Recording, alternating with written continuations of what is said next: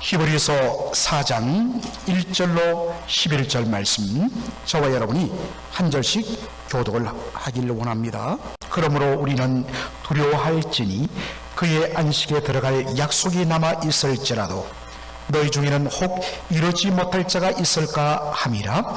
그들과 같이 우리도 복음 전함을 받은 자이나 들은 바 그 말씀이 그들에게 유익하지 못한 것은 듣는 자가 믿음과 결부시키지 아니함이라.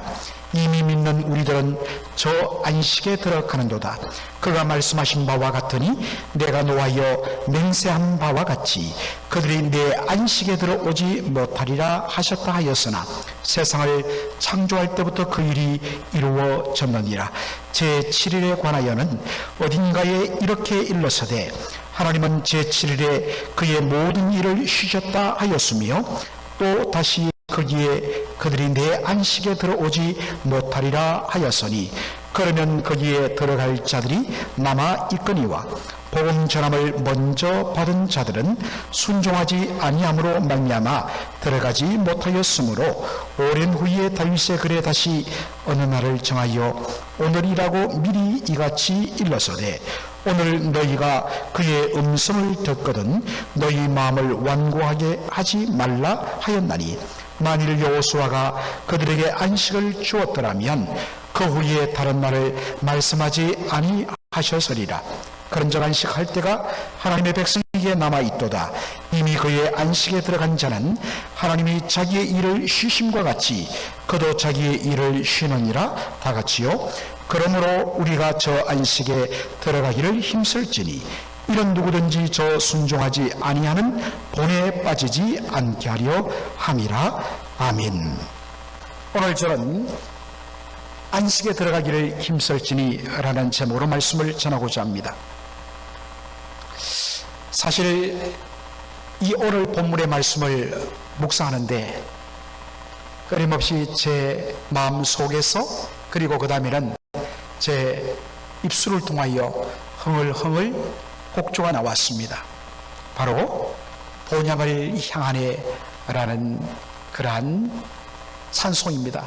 사실 우리 교회에서도 참 여러 번 불렀습니다.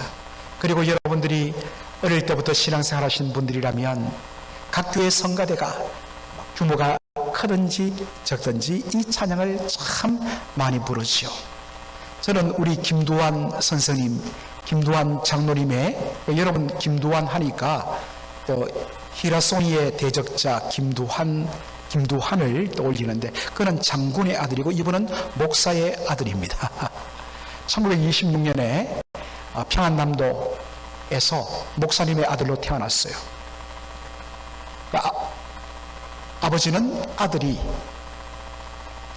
목회나 아니면 의사가 되기를 원했는데 아들은 하나님이 천부적으로 주신 이 음악 재능 때문에 음악을 하겠다고, 그리고 하나님께 영광을 돌리는 곡들을 만들겠다고 그렇게 일본 유학을 갔습니다. 그리고 정말 한국 이 기독교 음악계에 큰 발자취를 남기신 귀한 분이 김두환 선생님이십니다. 우리 김두환 선생님, 여러분 어지신 목자, 어지신 목자 하는 그 찬양, 그 다음에 사랑하는 자들아, 어떻게 그 다음에요? 우리가 서로 사랑하자, 다 불러봤잖아요. 그러나 저에게 있어서 김두환 선생의 최고의 합창곡은 바로 본향을 향하네입니다. 그래서 여러 교회 버전의 본향을 향하네를 들었습니다. 한국의 아주 대표적인 대형교회 성가대 100명 넘게 오케스트라 맞춰서 쫙 줄을 서 하는데 이상하게도 감동이 안 됐어요. 마치 AI 기계가 부르는 듯한 그런 느낌이었어요. 뭐 제가 대형교회에 대한 어떤 반발심이 있는 건 아닌데 왠지 모르게 너무 아름답게 부르는데 정말 이 본향을 향하네 라는 그 속에 진정한 고백이 없더라고요. 어떤 의미에서는 그분들 보니까 다 이 땅에서 너무 잘 사는 분들이에요. 그러다 보니까 아직은 그 본향은 별로 나중에 문제다. 왜냐하면 가서 보면 정말 너무나 고통스럽고 힘든 인생의 거친 길에서 본향을 향하는 그 고백을 담고 있는데 이 와닿지가 않더라고요. 그런데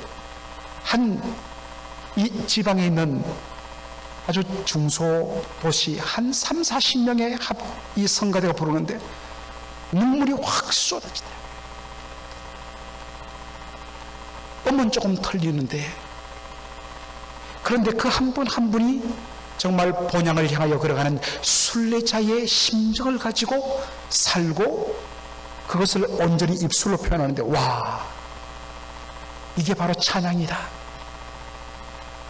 여러분들, 이 세상 나그네 길을 지나는 순례자, 인생의 거친 들에서 하룻밤 머물 때, 제가 원래는 더 잘 할 수 있는데 좀 참겠습니다.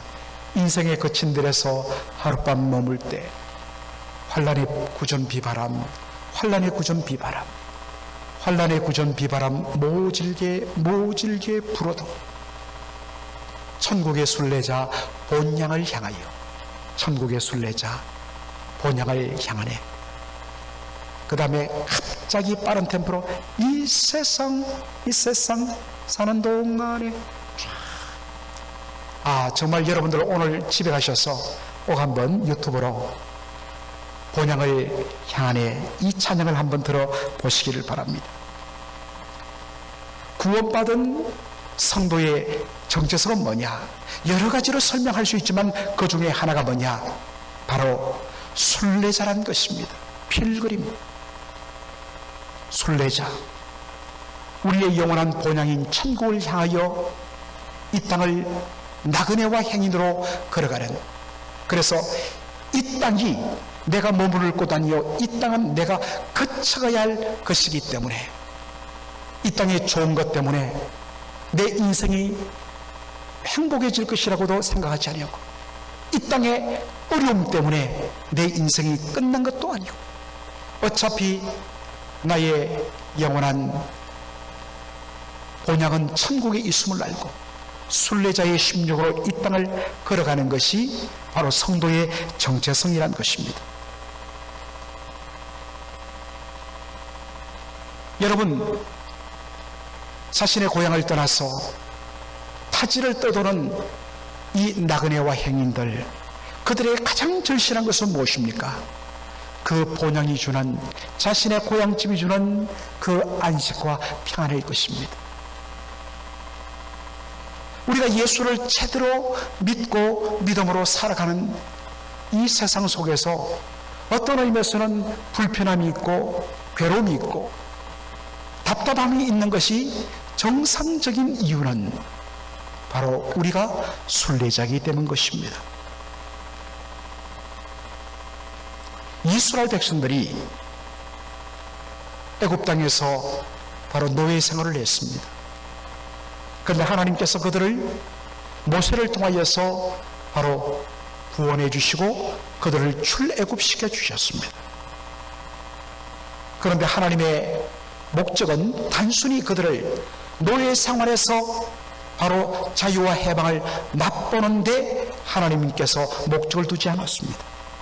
하나님의 최종적 목적은 하나님께서 그들의 조상에게 약속하신 젖과 꿀이 흐르는 바로 약속의 땅으로 인도하는 것이었습니다.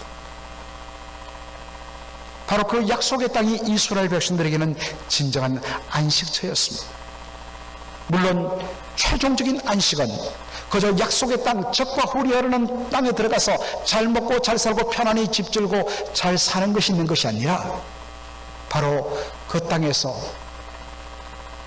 하나님의 말씀을 온전히 순복하며 그분의 온전한 다스림 속에 거함으로, 그래서 하나님의 뜻이 온전히 그들의 삶을 통하여 이루어지고 나타남으로 비로소 안식을 누리는 진정한 평강을 맛보는 것, 이것이 하나님께서 이스라엘 백성들을 바로 애굽 땅에서 엑소더스 출애굽시켜 주신, 구원해 주신 목적이었습니다. 그런데 애굽 땅에서 바로 출애굽한 이스라엘 백성들이, 홍해 바다를 건넌 이스라엘 백성들이 그 약속의 땅으로 가기 위해서 반드시 그들이 거쳐야 하고 통과해야 할 땅이 있는데, 그것이 뭐라고요? 광야였습니다.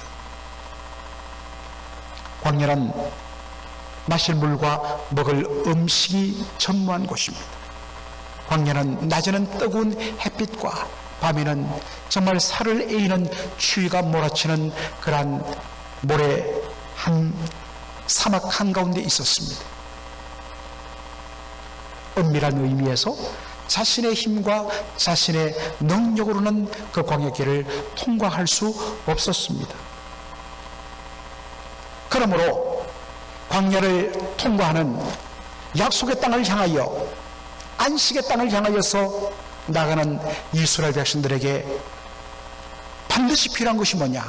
바로 하나님과 그분의 약속을 바라보고 붙드는 것이었습니다. 하나님은 당신의 약속에 신실하신 하나님이십니다. 하나님의 약속이 무엇입니까? 내가 너희들을 너희 조상에게 약속한 그 땅으로 인도하리라 라는 것이었습니다. 그러므로 이스라엘 백성들에게 요구되는 것은 뭐냐? 바로 약속하신 하나님이 신실하신 분이고 그분은 반드시 이 약속을 이루신다, 능히 우리를 책임지신다는 믿음이 요구되는 것입니다. 그런데 이스라엘 백성들이 어떻게 했죠? 바로 하나님의 이 신실하심을 의심했습니다. 시험에 들었습니다. 그리고 하나님을 향하여 원망하고 불평하고 대적했습니다. 결국 하나님의 약속을 믿지 못한, 그리고 원망과 불평으로 열매 맺은 출애굽 1세대 대부분은 갈렙과 여호수아를 제외한 나머지는 다 광야에서 죽고 바로 안식을 맛보지 못했습니다. 이것이 오늘 우리가 새벽에도 보았던 바로 시편 95편의 내용인 것입니다. 히브리서 저자가 이 본문을 인용하여 지금 이 편지를 받는 1세기 유대인 출신 성도들에게 이 이야기를 가지고 말하는 이유는 무엇입니까? 자, 히브리서 4장 1절로 2절이 그것을 보여줍니다. 그러므로 우리는 두려워할지니, 그러므로 우리는 두려워할지니 뭐겠습니까? 시편 95편 7절 이하의 말씀을 인용하면서 그 옛날 바로 출애굽한 이스라엘 백성들이 광야를 통과하면서 안식의 땅을 향하여 갔지만은 그들이 하나님 앞에 원망하고 불평함으로 모두가 광야에서 멸절당한 이 사실을 바라보면서 우리도 두려워할지니라고 이야기하고 있습니다. 그의 안식에 들어갈 약속이 분명 남아 있을지라도 그 약속은 확실하지만 너희 중에 혹 이르지 못할 자가 있을까 함이라. 그들과 같이, 그들이란 것은 그 옛날 광야에 있던 이스라엘 백성들, 그들과 같이 우리도 복음 전함을 받은 자이나 들은 바 그 말씀이 그들에게 유익하지 못한 것은 듣는 자가 믿음과 결부시키지 아니함이라 라고 이렇게 권면을 합니다. 지금 이 편지를 받는 히브리서의 수신자들은 동족 유대인들로부터, 대다수 동족 유대인들로부터 예수를 믿는다고 극심한 핍박을 받던 예수 믿는 유대인 성도들이었습니다. 얼마나 핍박이 심했던지 믿음이 흔들리면서 다시 유대교로 돌아가려고 하는 그들에게 주신 말씀이 바로 이 본문입니다. 먼저 이들에게 이렇게 경고합니다. 우리가 두려워해야 된다라고 이야기합니다. 무엇을 두려워해야 되는가? 그 옛날 광야에 있던 이스라엘 백성들, 그들은 하나님으로부터 최종적인 약속의 땅, 안식의 땅에 대한 약속의 말씀을 받은 자들이란 것입니다. 그러나 그들이 그것을 믿지 아니함으로 말미암아 그들은 그 약속을 하나도 맛보지 아니하고 단 한 사람도 의심하고 불신한 모든 사람들은 다 안식을 누리지 못했다는 것입니다. 여러분, 신약의 성도들은 누구입니까? 영적인 이스라엘입니다. 그들은 예수님을 믿음으로 말미암아 구원받고 천국에 들어가는 놀라운 복음을 받은 자들입니다. 그러나 이 복음을 받았다고 할지라도 우리가 이 약속의 말씀을 믿지 않고 믿음에서 떠난다면 영원한 안식 천국에 들어가지 못한다는 것입니다. 여러분, 여기서 다시 한 번 더 확인하는 것이 뭐냐? 말씀과 복음의 약속, 말씀과 믿음의 관계입니다. 우리가 들은 말씀과 우리가 들은 이 복음은 너무나 소중합니다. 그 말씀 속에 들어있는, 그 복음 속에 들어있는 하나님의 말씀, 하나님의 구원은 정말로 너무나 놀라운 일입니다. 그러나 문제는 이것을 믿음과 우리가 결부시키지 않으면 우리에게 전혀 유익이 되지 못한다는 것입니다. 수많은 성도들이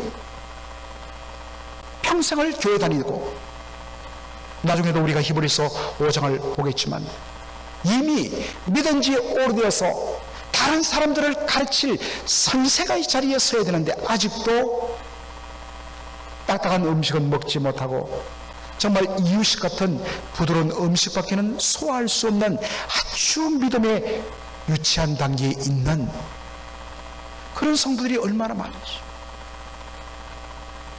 오랫동안 교회는 다니는데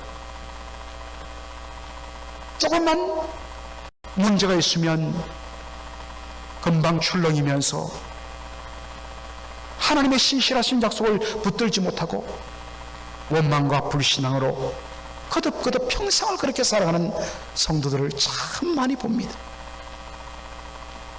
여러분, 우리가 받은 이 놀라운 약속, 복음이 너무너무 귀하지만 이것이 믿음으로 반응되지 아니하고 믿음으로 결부되지 않으면 절대로 우리 영혼에 유익이 되지 못합니다.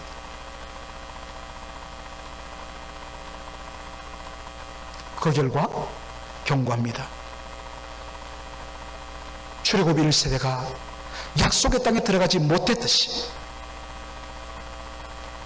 너희들도 계속적으로 이 놀라운 복음의 말씀을 들었는데도 불구하고 조금 이 인생길, 광야길, 믿음의 여정이 힘들다고 해서 흔들리고 의심하고 나 예수 포기하고 그냥 옛날로 돌아갈까? 그렇게 하면 아무리 너희들이 받은 그 복음이 놀라울지라도 그것이 유익되지 못하고 결국 너희들도 안식에 들어가지 못하게 된다고 경고를 합니다.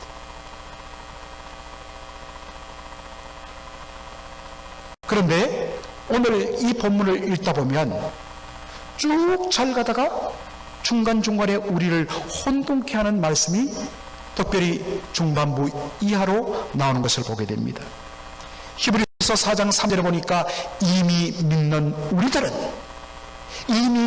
우리들은 저 안식에 들어가는도다. 여러분, 여기 우리는 누구를 가리킵니까? 이 히브리서를 쓴 저자뿐만 아니라 이 편지를 받는 지금 믿음이 흔들리고 있는 초대교회 유대인 출신 성도들을 다 포함한 말이 우리입니다. 앞에서는 믿음이 흔들리는 그들을 향하여서 너희들이 복음을 받았지만은, 약속을 받았지만은 너희들이 믿음으로 이것을 결부시키지 못하면 너희들은 안식에 들어가지 못한다 라고 경고했는데, 갑자기 그 다음 구절에 이미 믿는 우리들은 저 안식에 들어간다라고 이야기합니다. 여기부터 혼동이 일어납니다. 그러다가 쭉 내려가서 4장 9절에 보면 또 이렇게 바꿉니다. 그런즉 안식할 때가 하나님의 백성에 남아 있도다. 3절에는 이미 안식에 들어갔다라고 이야기하고 9절에는 아직도 안식할 때가 남아 있기 때문에 두렵고 떨림으로 약속의 말씀 붙들고 여러 가지 시험과 환난을 잘 감당하라 라는 말씀으로 주어집니다. 그러다가 또 10절에 보면 이렇게 말합니다. 이미 그의 안식에 들어간 자는 하나님이 자기의 일을 쉬심같이 그도 자기의 일을 쉬느니라. 이렇게 이야기하고 11절에는 보면 또다시 바꿉니다. 그러므로 우리가 저 안식에 들어가기를 힘쓸지니 이는 누구든지 저 순종하지 아니하는 본에 빠지지 않게 하려 함이라. 여러분, 왜 히브리서 저자가 이미 안식에 들어갔다고 얘기했다가 아직도 안식에 들어가지 못하고 그때가 남아있다고 이야기하다가 순종치 못하면 그 옛날 이스라엘 백성처럼 너희들도 안식에 들어갈 수 없다고 경고하고 왜 이렇게 이야기할까? 여러분, 이것을 어떻게 이야기할까요? 자, 여기서 적어도 우리 맥걸린 한인 장로교회 말씀 중심으로 설교를 듣고 제자 훈련하는 우리 맥걸린 한인 장로교회 성도들은 최소한 이 신앙 용어는 하나 이해하고 넘어가야 됩니다.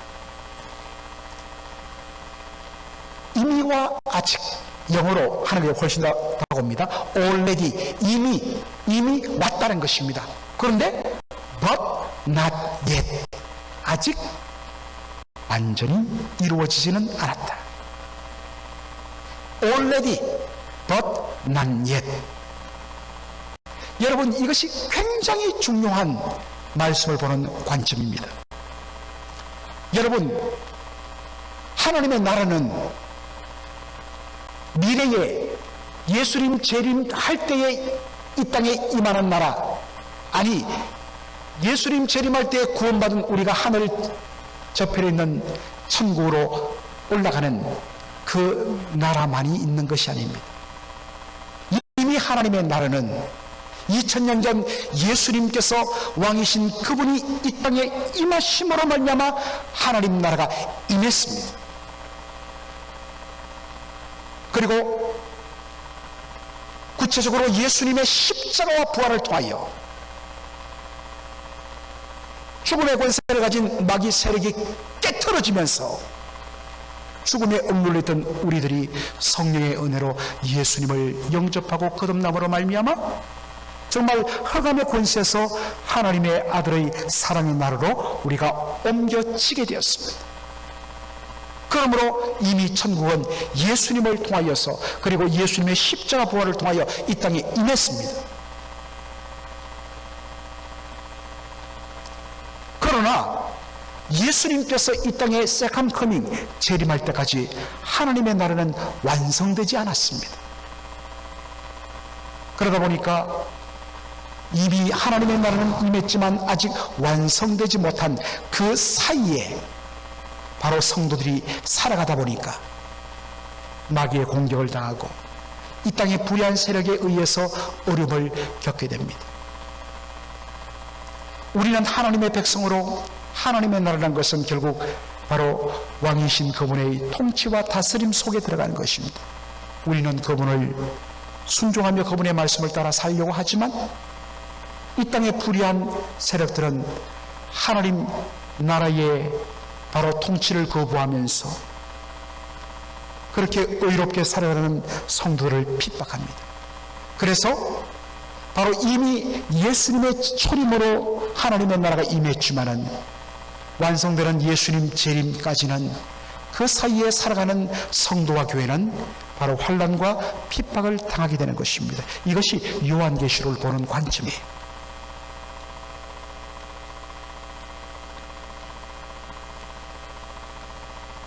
그러므로 정말 이 땅을 믿음으로 살아가는 성도들에게는 늘 답답함과 고통과 한숨이 있을 수밖에 없습니다. 그렇기 때문에 더더욱이나 믿음으로 살아가는 사람들은 최종적으로 우리 주님 다시 재림하실 때 임하는 완성될 안식을 바라보며 믿음 생활을 해야 하는 것입니다. 바로 이 이유 때문에 바로 우리가 아직도 안식에 들어가지 못하고 안식할 때가 남았다고 이야기하는 것입니다. 여러분, 안식이란 뭘까요? 안식이란 것은 우리는 아무것도 하지 않고 쉰다는 쪽으로 안식을 이해합니다. 물론 그것도 안식 맞습니다. 하나님께서 6일간 천지만물을 창조하시고 제7일에 하나님이 안식하시니라 라고 했을 때 우리의 안식이면 하나님이 6일 동안 힘을 다하여 천지만물을 창조했기 때문에 제7일은 아무것도 하지 않고 하나님 손 놓고 쉬신다. 여러분 그렇습니까? 그렇지 않습니다. 예수님께서 바로 하나님 아버지에 대하여 뭐라고 이야기합니까? 요한복음 5장 17절에 내 아버지께서 일하시니 나도 일한다 라고 말합니다. 하나님은 한 번도 쉰 적이 없으십니다. 하나님께서 당신의 손을 내려놓고 쉬시는 순간 이 우주 질서는 완전히 무너지고 말 것이기 때문입니다. 그러므로 하나님께서 제7일에 안식했다는 말은 아무것도 하지 않고 쉬었다는 말이 아니라 더 이상 하나님께서 뭔가 부족하여서 하나님께서 더 이상 더 손볼 때가 전혀 남아있지 않는 온전한 완성을 말합니다. 하나님의 뜻대로 모든 것이 다 이루어졌을 때 쓰는 단어가 안식입니다. 진정한 안식은 하나님의 뜻이 온전히 이루어지는 것입니다. 그러므로 우리에게 있는 참된 안식은 무엇입니까? 바로 하나님의 뜻이 우리를 통하여 온전히 이루어지도록 하나님의 말씀에 순종할 때입니다. 아까도 제가 말씀드렸지만은 바로 약속의 땅에 들어가는 것을 안식에 들어갔다고 이야기하는데, 여러분 이스라엘 백성들이 바로 적과 꿀이 흐르는 땅에 들어가서 한 일은 무엇입니까? 하나님의 말씀, 율법의 말씀을 따라 하나님의 뜻을 이루어드리는 삶입니다. 여러분, 하나님의 뜻이 우리 안에 이루어지고 하나님의 온전한 뜻이 우리를 통하여 드러날 때에 우리의 심령에 진정한 참된 안식이 있고, 그것이 바로 하나님 나라가 된다는 사실입니다. 이것이 우리가 바라보는, 우리에게 다가오는 바로 안식입니다. 여러분, 그러한 안식을 사모해야 됩니다. 그리고 날마다 이 땅에서 그러한 안식을 맛보는 연습을 해야 합니다. 내 안에서 하나님의 뜻이 이루어지고 하나님의 뜻이 이루어짐으로 말미암아 진정 우리의 마음속에 참된 평안이 이루어지는, 사실 여러분 우리의 삶 속에 안식이 없는 여러 가지 이유는 물론 외적인 여러 가지 수많은 우리를 힘들게 하는 일도 있지만, 사실은 내면적으로 여전히 내가 내 인생의 주인이 되어서 내 뜻대로 내 탐욕대로 살아가려고 애쓸 때 거기에는 진정한 힘이 없다는 것입니다. 끝없는 방황이 있다는 것입니다. 그러나 정말 온전히 하나님의 주권을 인정하고 그분의 다스림 속에 거할 때 우리의 심령은 육신적으로는 피곤하지만 그 영혼은 자유함과 안식을 누리게 된다는 것입니다. 그리고 이 최종적인 안식은 바로 우리 주 예수님 이 땅에 재림하실 때, 하나님 나라가 완성될 때에 온전히 누리게 된다는 것입니다.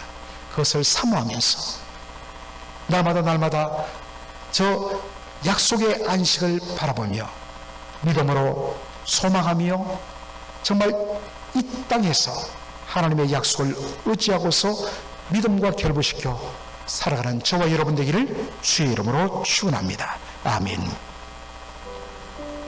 하나님 우리 아버지, 은혜와 사랑을 감사드립니다. 오늘 히브리서 4장 1절로 11절의 말씀을 통하여 히브리서 저자가 이 편지를 받는 초대교회의 유대인 성도들에게 두렵고 떨림으로 우리에게 주어진 이 안식에 들어가기를 힘쓰라고 말했던 것처럼 아버지 하나님, 저희들에게도 오늘 동일한 두렵고 떨림으로 하나님께서 약속하신 그 안식을 바라보면서 아버지 하나님, 힘을 다하여 약속의 말씀을 붙들고 하나님의 말씀에 순복하는 저희들 되게 하여 주시옵소서. 예수님의 이름으로 기도하옵나이다.